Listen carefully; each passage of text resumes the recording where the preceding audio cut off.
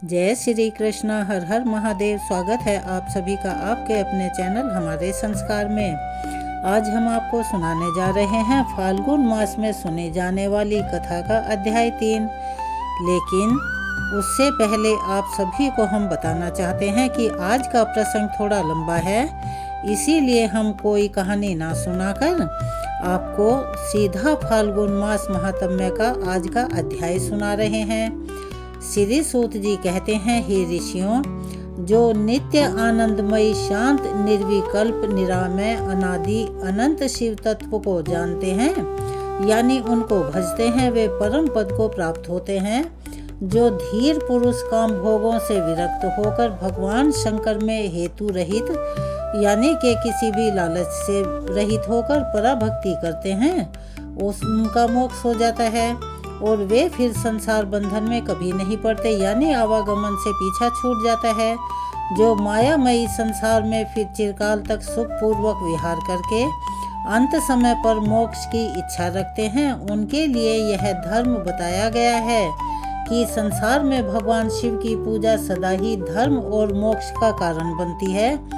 यदि प्रदोष आदि के गुणों से युक्त सोमवार के दिन यह पूजा की जाए तो उसका विशेष महात्म्य माना गया है, जो कि हमारे वेद शास्त्रों में भी वर्णित है। जो केवल सोमवार को भी भगवान शंकर की पूजा करते हैं, उनके लिए इस लोक और परलोक में कोई भी वस्तु ऐसी नहीं है जिसे वो प्राप्त न कर सकें। सोमवार को उपवास करके पवित्र होकर यानी स्नान आदि करके अपनी इंद्रियों को वश में रख के वैदिक अथवा लौकिक मंत्रों से विधि पूर्वक भगवान शिव की पूजा अवश्य ही करनी चाहिए।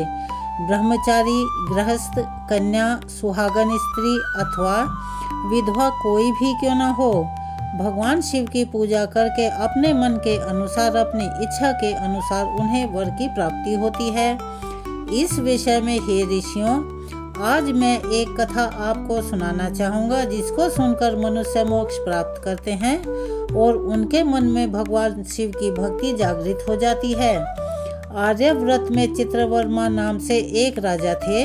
वे दुष्टों को दंड देने के लिए यमराज के समान कहे जाते थे। वे धर्म मर्यादाओं के रक्षक कुमार्गामी पुरुषों को दंड देकर उन्हें रास्ते पर लाने वाले, समस्त यज्ञों का अनुष्ठान करने वाले और शरणार्थियों की रक्षा करने में समर्थ थे, यानी उनके राज्य में किसी भी चीज की कोई कमी नहीं थी। भगवान शिव और विष्णु में उनकी बड़ी भक्ति थी, वो बहुत आस्था रखते थे। राजा चित्रवर्मा ने अनेक परम पराक्रमी पुत्रों को पाकर अंत में एक सुंदर मुख वाली कन्या को प्राप्त किया। एक दिन राजा ने जो बच्चों के भविष्य का वो बताते हैं, उनसे उनके लक्षण जानने वाले श्रेष्ठ ब्राह्मणों को बुलाकर कन्या की जन्म कुंडली के अनुसार उसके भविष्य में क्या होगा वह फल पूछा। तब उन ब्राह्मणों में से एक बहुत विद्वान था। उसने कहा, महाराज, यह आपकी कन्या सीमंतनी नाम से प्रसिद्ध होगी। यह भगवती उमा की तरह मंगल शुभ लक्षणों से भरी हुई दमयंती की तरह परम सुंदरी, सरस्वती जी के समान सभी कलाओं में निपुण है तथा लक्ष्मी जी की तरह अत्यंत सद्गुणों से परिपूर्ण होगी। यह 10,000 वर्षों तक अपने स्वामी यानी अपने पति के साथ आनंद भोगेगी और 8 पुत्रों को जन्म देकर उत्तम सुख का उपभोग भी करेगी। इसके बाद दूसरे ब्राह्मण ने कहा कि महाराज, यह कन्या 14वें वर्ष में विधवा हो जाएगी, क्योंकि इसकी कुंडली हमें ऐसा ही दिखा रही है। यह वज्राघात के समान दारुण वचन सुनकर राजा 2 घड़ी तक तो मौन हो गए और चिंतित हो उठे। उसके बाद सभी ब्राह्मणों को विदा करके राजा ने कहा कि सब कुछ भाग्य में लिखा हुआ जो होता है वही होता है। ऐसा सोचकर चिंता ही करनी छोड़ दी। सीमंतनी अर्थात राजा की कन्या अब धीरे धीरे बड़ी होने लगी।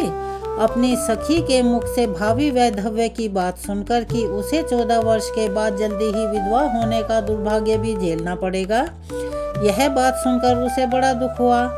उसने चिंता में डूबकर चिंतामग्न होकर याज्ञवल्क्य मुनि की पत्नी मैत्रेयी से पूछा, माताजी, मैं आपके चरणों की शरण में आई हूँ, मुझे सौभाग्य बढ़ाने वाले सत्कर्म का उपदेश दीजिए। इस प्रकार शरण में आई हुई राजकन्या से पतिव्रता मैत्रेयी कहने लगी कि हे सुंदरी, तू शिव सहित पार्वती जी की शरण में जा और सोमवार को एकाग्रचित होकर स्नान और उपवास पूर्वक स्वच्छ वस्त्र धारण करके शिव और पार्वती का पूजन कर सोमवार के दिन शिव और पार्वती की आराधना करती रहे। इससे बड़ी भारी आपत्ति पड़ने पर भी तू उससे मुक्त हो जाएगी। हे पुत्री, तेरे ऊपर कितनी भी महाक्लेश आए, समस्याएं आए या दुख आए, उसमें भी तुझे शिव की पूजा को कभी नहीं छोड़ना है। उसके प्रभाव से महान भय से तुम अवश्य ही पार हो जाओगी। इस प्रकार सीमंतनी को आश्वासन देकर पतिव्रता मैत्रेयी आश्रम को चली गई। राजकुमारी ने उनके कहे के अनुसार भगवान शिव का पूजन शुरू कर दिया और निषद देश के नल की पत्नी दमयंती के गर्भ से इंद्रसेन नाम का एक पुत्र हुआ और उसी राजा इंद्रसेन के पुत्र चित्रांगद हुए। राजा चित्रवर्मा ने राजकुमार चित्रांगद को बुलाकर गुरुजनों की आज्ञा से उन्हीं के साथ अपनी पुत्री सीमंतनी का विवाह कर दिया। उस विवाह में बड़ा भारी उत्सव हुआ था। विवाह के बाद में चित्रांगद कुछ समय तक तो ससुराल में ही रहे। फिर एक दिन राजकुमार यमुना के पार जाने के लिए अपने कुछ मित्रों के साथ एक नाव पर सवार हो गए, लेकिन होनी को तो कुछ और ही मंजूर था। वह नाव यमुना में भंवर में मल्लाहों सहित डूब गई। यमुना जी के दोनों तटों पर बड़ा भारी हाहाकार मच गया। इस दुर्घटना को देखने वाले समस्त सैनिकों के विलाप से उस समय सारा आकाश मंडल गूंज उठा। डूबने वालों में से कुछ तो मर गए और कुछ ग्रहों के अर्थात मगरमच्छों के पेट में चले गए, यानी उन्होंने उन्हें खा लिया। और राजकुमार आदि कुछ लोग उस महाजल में अदृश्य हो गए। यह समाचार सुनकर राजा चित्रवर्मा बड़े परेशान हुए और यमुना जी के किनारे आकर मूर्छित होकर वहां गिर पड़े। सीमंतनी ने भी जब यह समाचार सुना तब वह मूर्छित होकर धरती पर गिर पड़ी। राजा इंद्रसेन भी अपने पुत्र के डूबने का समाचार पाकर अपनी रानियों सहित बहुत दुखी हुए और अपनी सुध-बुध खोकर वह भी धरती पर गिर पड़े। फिर बड़े बूढ़ों के समझाने पर राजा चित्रवर्मा धीरे धीरे अपने नगर में आए और उन्होंने अपनी पुत्री को धीरज बंधाया यानी समझाया। राजा चित्रवर्मा ने जल में डूबे हुए अपने दामाद का और दैहिक कृत्य वहां आए हुए थे उनके बंधु बांधवों से करवाया। पतिव्रता सीमंतनी ने चिता में बैठकर फिर पतिलोक में जाने का विचार कर लिया, किंतु उसके पिता ने स्नेहवश उसे रोक दिया। तब वह विधवा जीवन बिताने लगी। मुनि पत्नी मैत्रेयी ने जिस शुभ सोमवार व्रत का उपदेश दिया था उसे सदाचार परायणा सीमंतनी ने विधवा होने पर भी नहीं छोड़ा। इस प्रकार 14वें वर्ष की आयु में अत्यंत दारुण दुख पाकर वह भगवान शिव के चरण कमलों का चिंतन करने लगी। शिव जी की आराधना करते करते उसे 3 वर्ष बीत गए। उधर पुत्र शोक से उन्मत्त हुए राजा इंद्रसेन को बलपूर्वक दबाकर उनके भाइयों ने उनका सारा राज्य छीन लिया और उन्हें पत्नी सहित पकड़कर कारागृह में डलवा दिया। इंद्रसेन के पुत्र चित्रांगद यमुना के जल में डूबने पर नीचे नीचे गहराई में उतरने लगे। बहुत नीचे जाने पर उन्होंने नीचे नाग वधुओं यानी नाग की पत्नियों को जल में क्रीड़ा में निमग्न देखा। राजकुमार को देखकर वे बड़ी हैरान हुई और उन्हें पाताल लोक में ले गई। वहां चित्रांगद ने तक्षक नाग के परम अद्भुत रमणीय नगर में प्रवेश किया और इंद्र भवन के समान मनोहर एक सुंदर महल देखा जो बड़े बड़े रत्नों के से प्रकाशमान हो रहा था और उनमें से बड़ी ही सुंदर किरणें फूट रही थी। भगवान सूर्य के समान तेजस्वी तक्षक नाग को सभा भवन में विराजमान देखकर परम बुद्धिमान राजकुमार ने उन्हें बड़े सादर नमस्कार किया और हाथ जोड़कर खड़े हो गए। तक्षक के तेज से उनके नेत्र चौंधिया गए थे। इधर नागराज ने भी मनोरम राजकुमार को देखकर उन नागिनों से पूछा कि यह कौन है और कहां से आया है। तब उन्होंने बताया कि हमने इसे यमुना जल में देखा है और इसके कुल तथा नाम का परिचय न होने के कारण आपके पास लेकर आए हैं। तब तक्षक ने राजकुमार से ही पूछा कि तुम किसके पुत्र हो और कौन हो, कौन सा तुम्हारा देश है और यहाँ पर तुम्हारा आना कैसे हुआ है। तब राजकुमार ने बड़े विनम्र स्वर में कहा कि नागदेव भूमंडल यानी कि पृथ्वी में निषद नाम का एक प्रसिद्ध देश है जिसे सभी जानते हैं। उसके स्वामी राजा नल महायशस्वी हैं। वे पुण्य श्लोक माने जाते हैं और उनके पुत्र इंद्रसेन हुए। इंद्रसेन का पुत्र मैं हुआ। मेरा नाम चित्रांगद है। मैं अभी नया विवाह करके ससुराल में टिका हुआ ही था और यमुना जी के जल में विहार करता हुआ दैववश उनकी प्रेरणा से डूब गया। फिर यह नागपत्नियां मुझे आपके पास ले आई। पूर्व जन्मों के अर्जित किए हुए पुण्यों के प्रभाव से ही मैंने यहाँ आपके चरणार विंदों का दर्शन किया है। आज मैं धन्य हो गया हूँ। मेरे माता पिता धन्य हो गए हैं क्योंकि आपने दया करके मेरी ओर देखा और मुझसे बातचीत की। इस प्रकार अत्यंत मनोहर उदारता पूर्ण वचन सुनकर तक्षक ने कहा, राजकुमार तुम डरो मत, धीरज रखो और बताओ कि तुम संपूर्ण देवताओं में किसकी पूजा करते हो। तब राजकुमार ने कहा कि जो संपूर्ण देवों के देव महादेव कहे जाते हैं उन्हीं विश्वात्मा उमापति भगवान शिव की मैं पूजा अर्चना करता हूँ, जो विधाता के भी विधाता, कारण के भी कारण और तेजों में सर्वोत्कृष्ट यानी कि सर्वोत्तम तेज हैं। वे भगवान शिव मेरी परम गति हैं, जो अत्यंत निकट होकर भी पाप से दूषित चित्त वाले पुरुषों के लिए बहुत दूर हैं और जिनके तेज की कोई सीमा नहीं है, जो अग्नि, भूमि, वायु, जल और आकाश में भी स्थित हैं। वे विश्वात्मा भगवान सदाशिव हम सबके लिए परम पूजनीय हैं, जो संपूर्ण भूतों के साक्षी, सबकी आत्मा में स्थित रहने वाले परमेश्वर तथा निरंजन हैं। संपूर्ण संसार जिनकी इच्छा के अधीन है, मैं उन भगवान शिव की पूजा करता हूँ।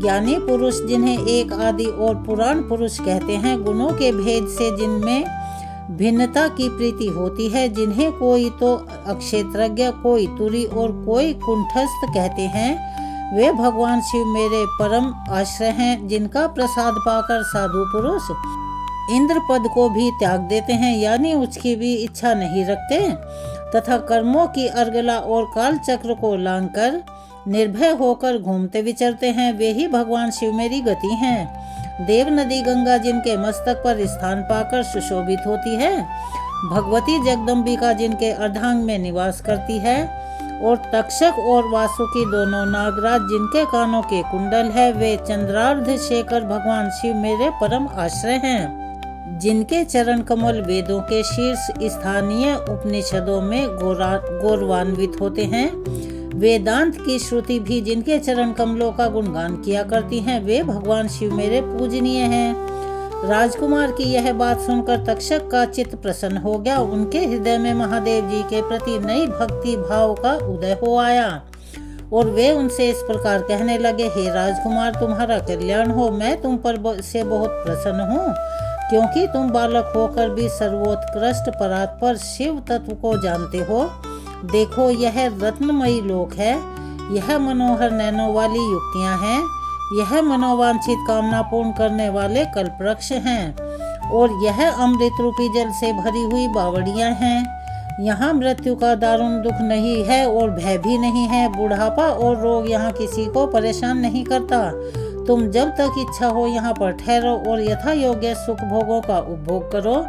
नागराज के ऐसा कहने पर राजकुमार हाथ जोड़कर बोले कि हे नागराज, मैंने समय पर विवाह किया है। मेरी पत्नी उत्तम व्रत का पालन करने वाली और शिव पूजा परायणा है और मैं अपने माता पिता का अकेला पुत्र हूँ। ये सब लोग इस समय मुझे मरा हुआ मानकर महान शोक में घिर गए होंगे, अतः मुझे किसी भी प्रकार यहाँ अधिक समय तक नहीं रुकना चाहिए। आप कृपा करके मुझे उसी मनुष्य लोक में पहुँचा दीजिए।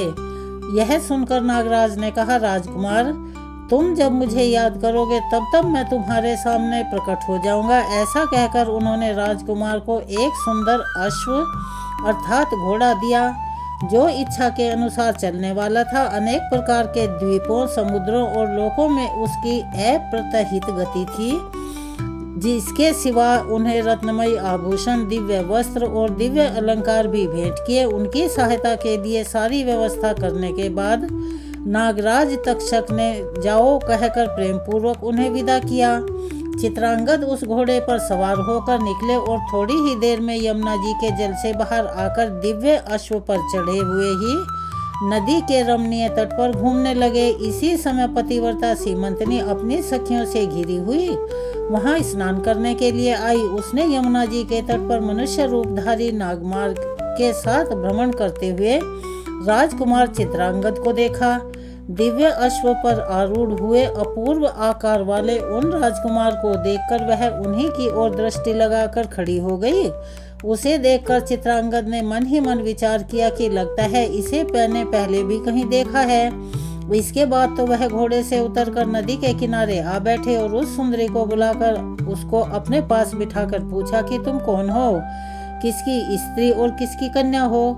सीमंतनी लज्जावश स्वयं कुछ भी नहीं कह सकी। तब उसकी सखियों ने सारी बात बताई कि इसका नाम सीमंतनी है और यह निषदराज इंद्रसेन की पुत्र वधू युवराज चित्रांगद की रानी तथा महाराज चित्रवर्मा की पुत्री है और दुर्भाग्यपूर्ण इसका भाग्य होने की वजह से इसके पति इस महाजल में डूब गए हैं, जिसके वैधव्य का दुख प्राप्त करके यह बाला शोक में सूखती जा रही है।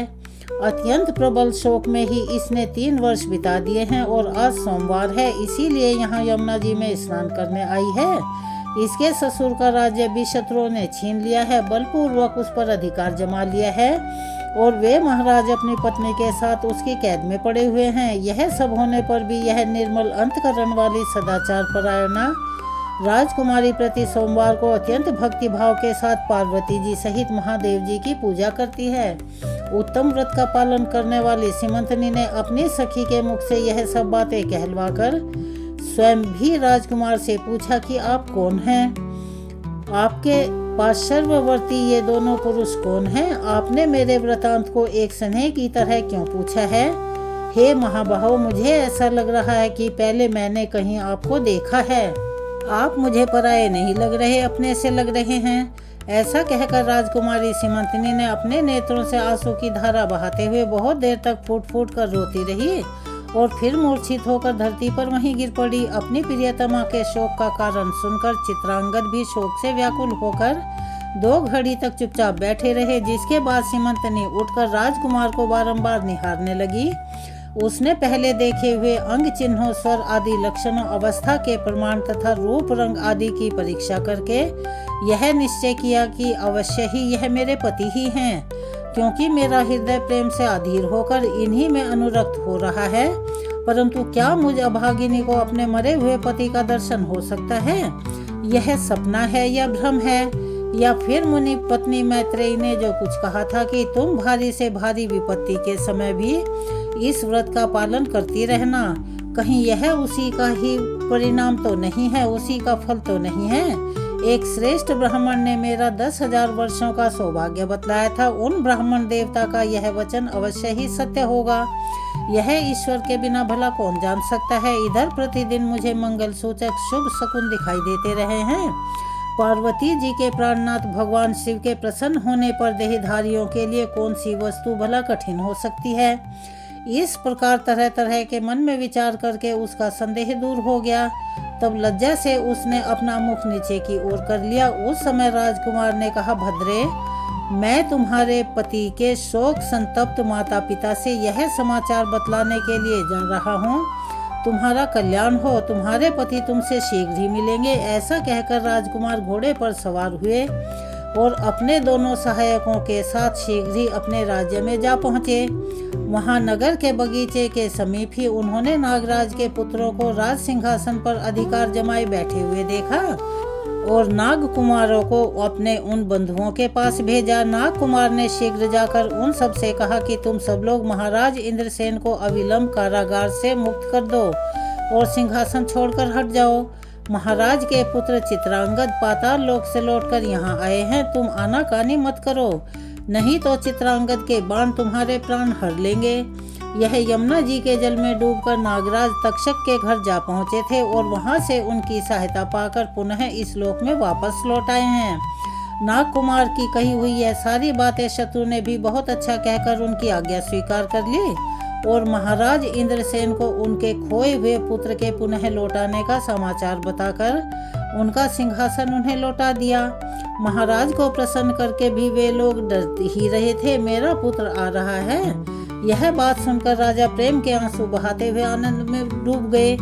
यही दशा महारानी की भी थी, जिसके बाद सभी नागरिक, वृद्ध, मंत्री और पुरोहित आगे जाकर चित्रांगद से मिले और उन्हें हृदय से लगाकर महाराज के पास ले आए। अपने भवन में प्रवेश करके आंसुओं की वर्षा करते हुए राजकुमार ने अपने माता पिता के चरणों में प्रणाम किया। चरणों में पड़े हुए अपने पुत्र को उठाकर राजा ने आंसुओं से भरे हृदय से लगा लिया। फिर क्रमशः सभी माताओं को प्रणाम करके उनका आशीर्वाद लेकर वह राजकुमार पूर्ववासियों यानी के पुरीवासियों से मिले और उन्होंने सबको यथायोग्य सम्मान दिया।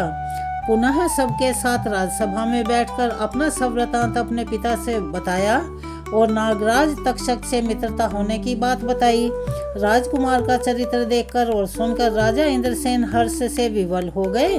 उन्होंने अपने मन में यही माना कि मेरी पुत्रवधू ने भगवान महेश्वर की आराधना करके इस अनुपम सौभाग्य को अर्जित किया है। निषाद राज ने यह मंगलमयी वार्ता दूतों के द्वारा महाराज चित्रवर्मा को भी कहलवा दी।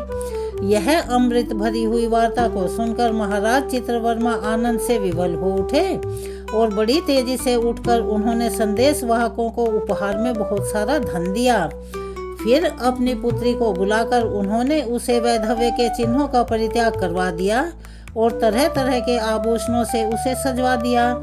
जिसके बाद समूचे राष्ट्र के गांव और नगर आदि में बड़ा भारी उत्सव हुआ और सभी लोगों ने राजकुमारी सीमंतनी के सदाचार की बड़ी प्रशंसा की। चित्रवर्मा ने इंद्रसेन के पुत्र चित्रांगद को बुलाकर सीमंतनी को उनके साथ विदा कर दिया। चित्रांगद ने तक्षक के घर से लाए हुए रत्न आदि आभूषणों के द्वारा, जो मानव मात्र के लिए अत्यंत दुर्लभ हैं, अपनी पत्नी को अलंकृत किया यानी सजाया। तपे हुए सोने के समान सुशोभित 40 कोस तक जाने वाली सुगंध से युक्त दिव्य अंगराग से सीमंतनी की बड़ी शोभा हो रही थी।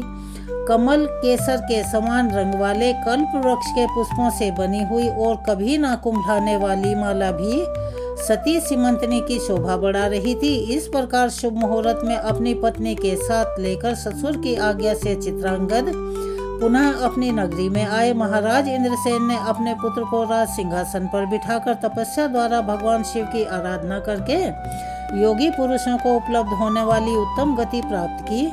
राजा चित्रांगद ने अपनी धर्म पत्नी सीमंतनी के साथ 10,000 वर्षों तक नाना प्रकार के विषयों का उपभोग किया। उन्होंने 8 पुत्रों और 1 कन्या को जन्म दिया। सीमंतनी प्रतिदिन भगवान महेश्वर की पूजा करती हुई अपने स्वामी के साथ सुख पूर्वक रहने लगी। उसने सोमवार के व्रत के प्रभाव से अपना खोया हुआ सौभाग्य प्राप्त कर लिया।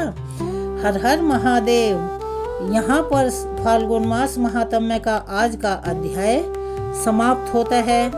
चलिए अब हम करते हैं श्री कृष्ण चालीसा का पाठ और उसके बाद में करेंगे तुलसी चालीसा का पाठ। बंसी शोभित कर मधुर नील जलद तन श्याम, अरुण अधर जनु बिंब फल नयन कमल अभिराम। पूर्ण इंद्र अरविंद मुख पीतांबर शुभ साज, जय मन मोहन मदन छवि कृष्ण चंद्र महाराज। जय यदुनंदन जय जगवंदन, जय वसुदेव देवकी नंदन, जय यशोदा सुत नंद दुलारे, जय प्रभु भक्तन के दृग तारे। जय नटनागर नाग नथैया, कृष्ण कन्हैया धेनु चरैया। पुनि नख पर प्रभु गिरिवर धारो, आओ दीनन कष्ट निवारो। बंशी मधुर अधर धर तेरी, होवे पूर्ण मनोरथ मेरो। आओ हरि पुनि माखन चाखो, आज लाज भारत की राखो। गोल कपोल चिबुक अरुणारे, मृदु मुस्कान मोहिनी डारे। रंजित राजीव नयन विशाला, मोर मुकुट बैजंती माला। कुंडल श्रवण पीतपट आछे, कटी किंकणी काछन काछे। नील जलद सुंदर तन सोहे, छवि लख सुर नर मुनि मन मोहे। मस्तक तिलक अलक घुंघराले, आओ कृष्ण बांसुरी वाले। करी पय पान पुतन हितारियो, अका बका कागा सुर मारियो। मधुवन जलत अग्नि जब ज्वाला, भय शीतल लखित ही नंद लाला। सुरपति जब ब्रज चढ़ियो रिसाई, मूसर धार वारी बरसाई। लगत लगत ब्रज चहन बहायो, गोवर्धन नख धारी बचायो। लखिय सुधा मन भ्रम अधिकाई, मुख महा 14 भुवन दिखाई। दुष्ट कंस अति उदम मचाई, कोटि कोटि कमल जब फूल मंगाई। नाथ काली यही तब तुम लीन्हे, चरण चिन्ह दे निर्भय कीने। गोपिन संग करी रास विलासा, सबकी पूरन करी अभिलाषा। केतिक महा असुर संघार्यो, कंस सही केस पकड़ दे मारियो। मात पिता की बंदी छुड़ाई, उग्र सैन कह राज दिलाई। मह से मृतक 6 सुत लायो, मातु देव की शोक मिटायो। भौमासुर मुर दैत्य संघारो, लाए 10 सहस कुमारो। दे भीनी तृण चीर संघारा, जरा सिंधु राक्षस कह मारा। असुर बकासुर आदिक मारो, भक्तन के सब कष्ट निवार्यो। दीन सुदामा के दुख टारो, तंदुल 3 मूठ मुख डार्यो। प्रेम के साग विदुर घर मांगे, दुर्योधन के मेवा त्यागे।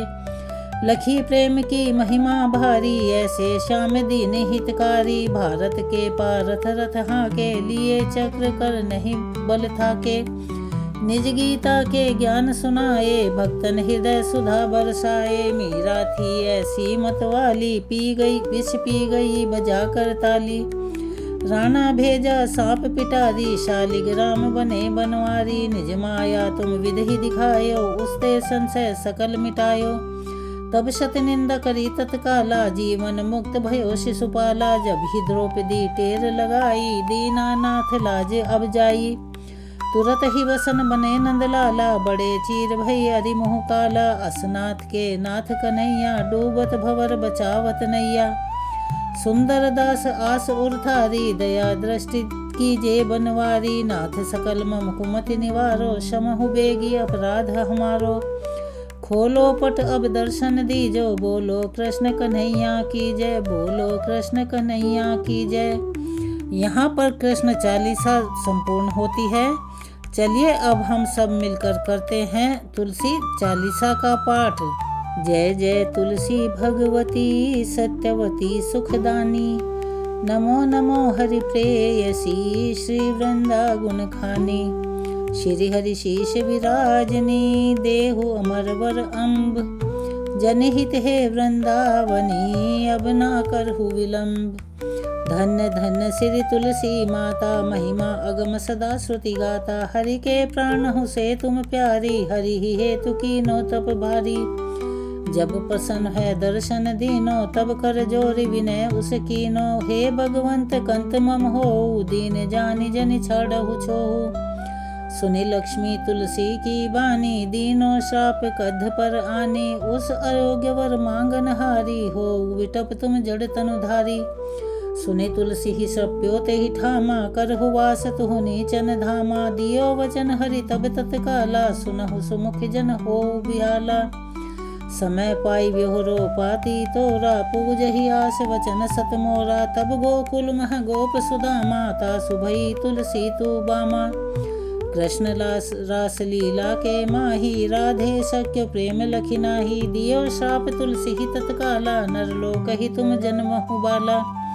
यो गोप वह दानव राजा, शंखचूड़ नामक सिर ताजा। तुलसी बई तासु की नारी, परम सती गुण रूप अगारी। अस वै कल्प बीत जब गयो, कल्प तृतीय जन्म तब भयो। वृंदा नाम भयो तुलसी को, असुर जलंधर नाम पति को। कर अति द्वंद अतुल बल धामा, कीना शंकर से संग्रामा। जब निज सैन्य सहित शिव हारे, मरहिन तब हर हरि ही पुकारे। पतिव्रता वृंदा थी नारी, को न सके पति ही संघारी। तब जलंधर ही वेश बनाई, वृंदा ढिग हरि पहुँचो जाई। शिव हित करी कपट प्रसंगा, कियो सती तो धर्म तो ही भंगा। भयो जलंधर कर संघारा, सुनि उर शोक उपारा।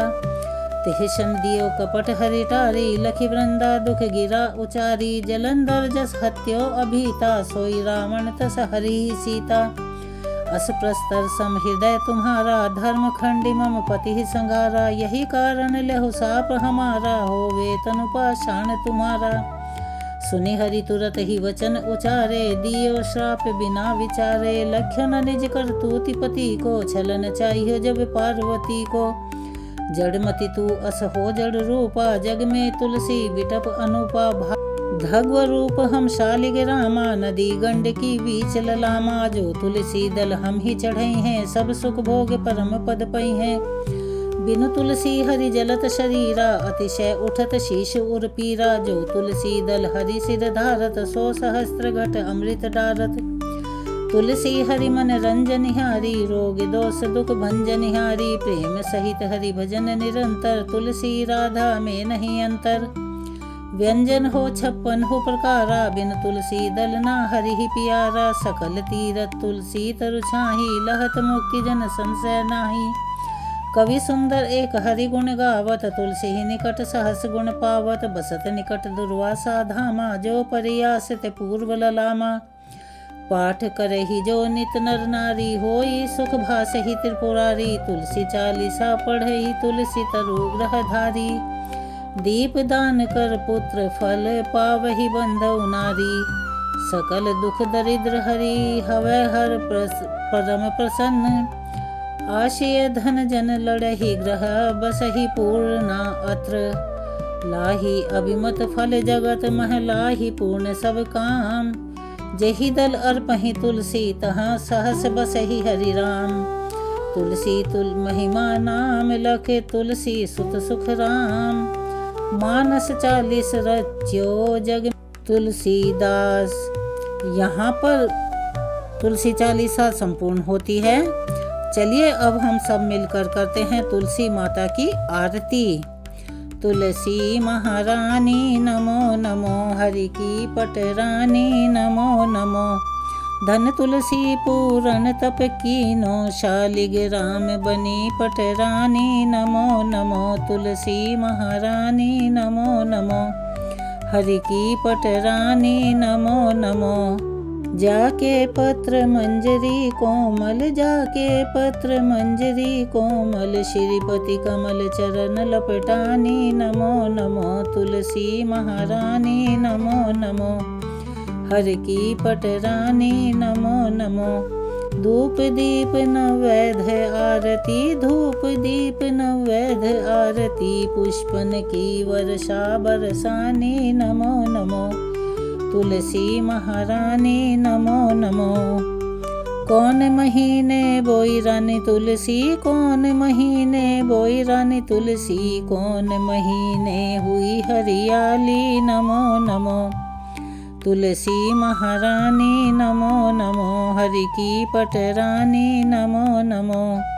आषाढ़ मास में बोई रानी तुलसी, आषाढ़ मास में बोई रानी तुलसी। सावन महीने हुई हरियाली नमो नमो।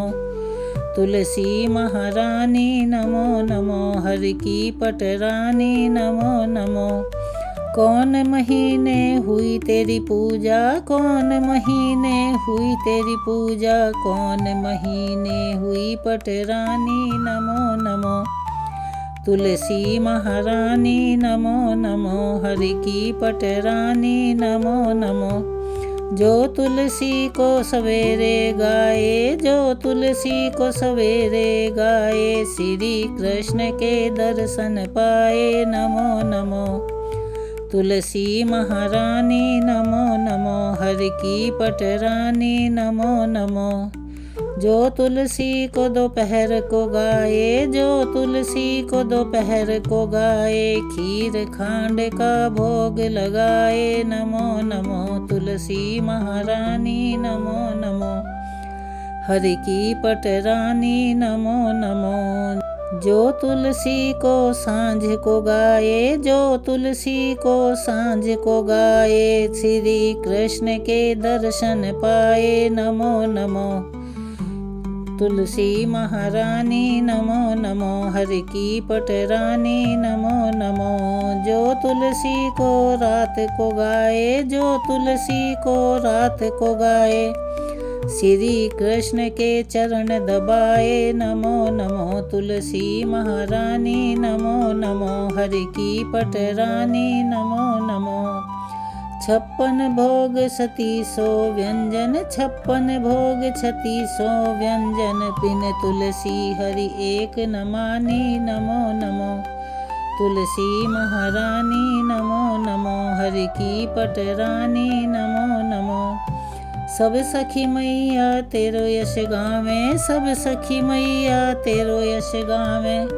भक्ति दान दीजे महारानी, नमो नमो तुलसी महारानी, नमो नमो हरि की पटरानी, नमो नमो तुलसी महारानी, नमो नमो हरि की पटरानी, नमो नमो। यहाँ पर तुलसी महारानी की आरती पूर्ण होती है।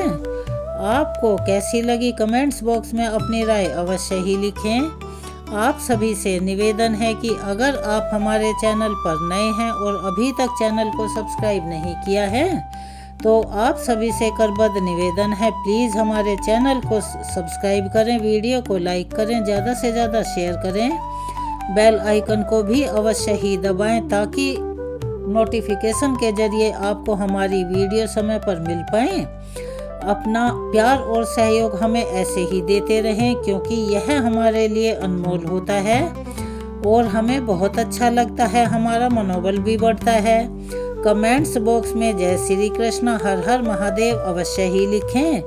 अगर आप कुछ बदलाव चाहते हैं तो वो भी आप कमेंट्स के द्वारा हमें बता सकते हैं। चलिए मिलते हैं अगली वीडियो में और एक नई कथा के साथ, कहानी के साथ।